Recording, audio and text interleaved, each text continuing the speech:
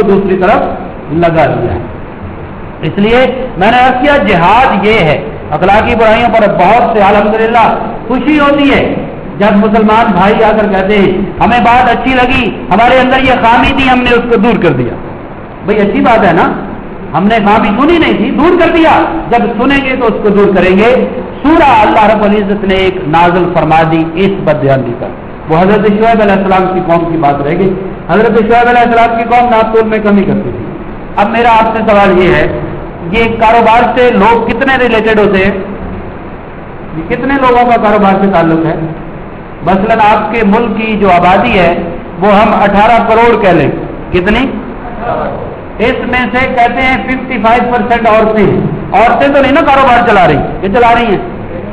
آدھی تو نکل گئی, آدھی تو 9 کروڑ تو آپ کاروبار نہیں کر رہی. پھر بوڑھوں کو نکال دیں, وہ بھی نکل گیا. پھر اسکول گوئنگ بچوں کو نکال دیں, وہ بھی ایسے ہی ہے, وہ بھی نکل گئے. آرمی بھی 7-8 لاکھ ہے, اس کو بھی نکال دیں. اپنی پولیس کو بھی نکال دیں. یہ سارے لوگ نکالتے چلے جائیں. اب مجھے بتائیں خریدار زیادہ ہیں یا بیچنے والے زیادہ ہیں؟ جی خریداروں کی تعداد زیادہ ہے نا. آپ لوگ جاتے ہیں دکان پر, دکان کاروبار کرنے والے کم ہیں, یاد رکھیں. لیکن قرآن یہ کہتا ہے کہ اگر کم طبقہ بھی برائی کا شکار ہو جائے تو عذاب سب پر آ جاتا ہے. عذاب خریدنے والوں پر بھی آ جاتا ہے. کیوں بھائی؟ خریدنے والے کا کیا قصور ہے کہ اس کو بھی عذاب میں مبتلا کر دیا جائے, اس کو بھی سوائے ہفتے سے مٹا دیا جائے. حضرت صالح علیہ السلام کی اونٹنی کی پونجیں چند لوگوں نے کاٹی تھی کہ ساری قوم نے کاٹی تھی؟ جی بولے, چند لوگوں نے کاٹی ہوں گی, 8 یا 10 لوگوں نے کاٹی ہوں گی, لیکن عذاب سب کو ملا یا نہیں ملا؟ کیوں ملا بھلا؟ یہ بزرگوں نے جواب دے دیا, انہوں نے روکا نہیں ہے, وہ تماشا دیکھتے رہے. یہی حال ہمارے ملک کا ہے. حوا کی ایک بیٹی کی عزت نفس کو لوٹا جاتا ہے. کوئی ایک وڈیرا اس کی عزت سے کھیل رہا ہوتا ہے, اس دیہات کی 1000 کی آبادی دیکھ کر تماشا دیکھ رہی ہے. آگے اٹھتا کوئی نہیں, روکتا کوئی نہیں ہے. یہی حال شعیب علیہ السلام کی قوم کا تھا. وہ تو کوئی بات نہیں, 2 روپے زیادہ ہو گئے دے دو. آج یہی حال ہے نا ہمارا بھی. دیکھتے رہتی لینی ہے, ضرورت ہے, مجبوری ہے. ارے مجبوری کیا ہے؟ مجبوری نہیں ہے, مجبوری ہم نے بنا لی ہے. اگر ہم اس کے خلاف جہاد کریں گے, ہم اس کے خلاف اٹھیں گے بد اخلاقی کے خلاف, اللہ رب العزت ہمیں بھی محفوظ فرمائے گا اور پھر ان کو بھی محفوظ کرے گا.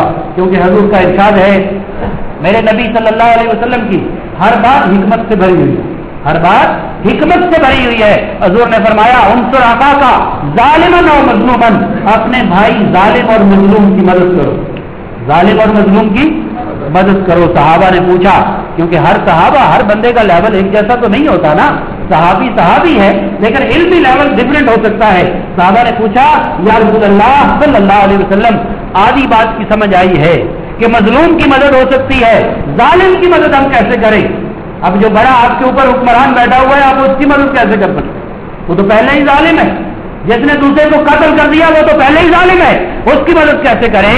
تو حضور نے فرمایا ہاں بات یہ ہے, ظالم کو ظلم سے روک لینا اس کی مدد ہے. ظالم کو ظلم سے, تو یہ کیسے ہوگا؟ جب ہم بولیں گے تو ہوگا نا. کسی کو قول سے سمجھائیں, کسی کو فعل سے سمجھائیں, کسی کو طاقت سے سمجھائیں, یہ ساری صورتیں جائز ہیں معاشرے کے اندر. اس لیے شعیب علیہ السلام کی قوم کے چند لوگ یا جو تجارت پیشہ سے منسلک تھے, انہوں نے بددیانتی شروع کر دی, اللہ نے پوری قوم کو برباد کر دیا. صالح علیہ السلام کی قوم کے چند لوگوں نے, چند وڈیروں نے, یاد رکھیں, جن کے مفادات تھے, انہوں نے اس اونٹنی کو شہید کیا, لیکن سب کو عذاب میں مبتلا کر دیا. بارش برسا دی, پتھروں کی بارش, آگ کی بارش, زلزلے آ جاتے ہیں. یہ عذاب کی مختلف صورتیں ہیں. اور یہ تجارت کا پیشہ, یہ کاروباری بددیانتی, یہ اتنی اہم ہے, یاد رکھیں یہ اتنی اہم ہے کہ اللہ رب العزت نے اس نام سے ایک سورت قرآن میں نازل کی, سورہ المطففین. اور اس کا معنی ہے کاروبار میں کمی اور ناپ تول میں کمی کرنے والے. 83 نمبر سورت ہے, گھر جا کر ضرور پڑھیے. اللہ رب العزت فرماتے ہیں ویل للمطففین, ناپ تول میں جو کمی کرتے ہیں ان کے لیے شدید عذاب ہے. کیا ہے؟ لیکن یہاں تو مجھے دیکھو نا انسان کاروبار کمپیریزن کرتا ہے نا. یا تو وہ کہتا ہے شام کو جناب بس 3 گاہک مل جائے. کتنے مل جائے؟ ہمارا کوٹا پورا ہو جائے. کبھی یہ بزرگ بیٹھے ہوئے ہیں یہ بتائیں گے کہ کینڈل دیے جلا کر لوگ فجر کی نماز کے بعد دکانیں کھولتے تھے اور شام کو جا کر عشاء پر بند کرتے تھے اور چند پیسے کمانے کے بعد کہتے تھے اللہ کا بڑا شکر ہے. اب ہمارا تاجر 11 بجے گھر سے نکلتا ہے, 12-1 بجے جا کر بازار کھلتے ہیں. یہ صحیح عرض کر رہا ہوں؟ 12-1 بجے جا کر بازار کھلتے ہیں اور اس کے پاس 3-4 گاہک اگر آ جائیں تو اس کی کینچی بڑی تیز ہے, اس کا چھرا بڑا تیز ہے اور وہ کہتا ہے بس اب دہاڑی لگ گئی ہے, دکان کو بند کرتا ہے, چلا جاتا ہے. اور کتنے اب پروگرام بنا کر بیٹھے ہوئے ہیں, آدھے روزے مسجد نبوی شریف میں رکھنے ہیں. ایسے ہی ہے نا, کھیندے بھر لینے ہیں بدیانتی سے, ان کو بتانے والا کوئی نہیں ہے. ہم ہندوؤں کا مقابلہ کرتے ہیں, یاد رکھیں ہم کہتے ہیں ہندو ہم سے برا ہے, انگریز ہم سے برا ہے. نہیں بابا, یاد رکھیں ایسی بددیانتی اگر ہو جائے تو ہندو آپ سے اچھا ہے. انڈیا سے حج کرنا آسان ہے, سستا ہے. پاکستان سے حج کرنا مشکل اور مہنگا ہے. وہ سبسڈی دیتا ہے, وہ رمضان میں مسلمانوں کے لیے بازار لگاتا ہے تاکہ وہ آسانی کے ساتھ سستی چیزیں خرید لیں. یورپ چلے جائیں, کرسمس پر, عید پر, ایسٹر پر ان کی چیزیں نیچے آ جاتی ہے. اور آپ ہچرے بازار میں چلے جانا, رمضان کی پہلی تاریخ کو اگر جو پہلے چیز 20 کی تھی اگر 100 کی نہ ملے تو مجھے پکڑ لے.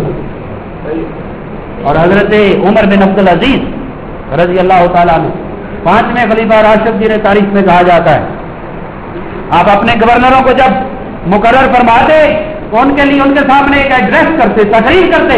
میں حیران ہوں کہ ہمیں یہ پڑھنے کے لیے آج ملتا نہیں ہے. آج یہ کتابیں نایاب ہے, آج یہ کتابیں ہمارے گھروں کی زینت نہیں ہے. آج ہمارے ہاں میگزین پڑے ہوئے, مجلے اور رسالے پڑے ہوئے, آج ہمارے ہاں فلمی رسالے پڑے ہوئے ہیں. ہماری مائیں بہنیں بیٹیاں سارا دن کوکنگ کے بارے میں رسالے پڑھتی رہتی ہیں اور شوہر بھی ایسے نامدار اللہ نے عطا فرمائے ہیں, کھانا اچھا ہو تب خوش ہوتے ہیں, بیوی مسلح پر بیٹھی ہو تو خوش ہوتے ہیں. بولے تو نماز نہیں پڑھتی نہیں, میں نے کھانا کھانا تھا. ہاں جی, اس کی چٹیاں پکڑ لیں گے, اس پر سختی کریں گے.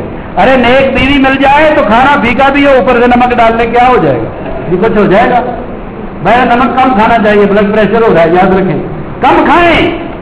تو حضرت عمر بن عبد العزیز فرماتے یاد رکھو اپنے فوجیوں کو, گورنروں کو جب ایڈریس کرتے نا تو فرماتے یاد رکھنا ہم دشمن پر غالب اس کے گناہوں کی وجہ سے آتے ہیں. ہم دشمن پر غالب, دشمن کے بولے گناہوں کی وجہ سے غالب آتے ہیں. ورنہ یاد رکھیں وہ طاقت میں ہم سے زیادہ ہے, اسلحے میں ہم سے زیادہ ہے. اگر وہ گناہ نہ کریں تو ہم پر غالب آ جائیں. اگر تم مسلمان گناہ میں مبتلا ہو جاؤ تو دشمن تم پر غالب آ جائے. آج کیوں ڈر لگتا ہے, آج کیوں ڈر لگتا ہے؟ یہ باتیں ہمارے جو بزرگوں نے کہی ہیں یہ ایسے نہیں کہہ دی, یاد رکھیں. شیخ سعدی نے جو لکھ لکھ کر پڑھ دیے معلم اخلاق ہونے پر, وہ ایسے نہیں لکھی. کبھی کوئی پڑھے تو صحیح, کوئی حکمران پڑھے, کوئی تاجر پڑھے, خدا کی قسم بسم اللہ شریف پڑھ کر دکان کھولیں, گاہک آئے اسے السلام علیکم کہیں, اس سے اخلاق کے ساتھ پیش آئے, اسے پوچھیں بھائی آپ کو کیا لینا ہے, یہ 2-3-4 چیزیں ہیں, اس کا یہ ریٹ ہے, اس کا یہ ریٹ ہے, اس کا یہ ریٹ ہے, یہ اتنا چلے گی, اس کا یہ فائدہ ہے. وہ آپ کا گرویدہ ہو جائے. کیا خیال ہے؟ 2-4 اور بھیج دے گا. اس لیے میں نے عرض کیا کہ ترجمہ صرف اتنا کیا, ویل للمطففین, کم تولنے والوں کے لیے ہلاکت ہے, بربادی ہے. لیکن یہاں تو اس نے مال کھڑا کر لیا, یہاں اس محل میں رہے گا جی, جی جو یہاں مال بنایا اس میں رہے گا, بولے نا سامان 100 برس کا پل کی خبر نہیں ہے. آخرت کو یاد کرنا ہے ہم نے, یہ کاروبار بھی آخرت کے لیے کرنا ہے, کاروبار بھی آخرت کے لیے کرنا ہے. اس طرح سے ایک بادشاہ سلامت نے اپنے ایک ملازم کے ہاتھ میں چھری پکڑا دی, جب اسے رکھا کہ تیرا کام یہ ہے کہ تو نے چھری پکڑ کے رکھنی ہے, تو کام کوئی نہیں کر سکتا, نکھٹو ہے, بے وقوف ہے. اس نے کہا ٹھیک ہے جناب. بادشاہ پر موت کا وقت آ گیا,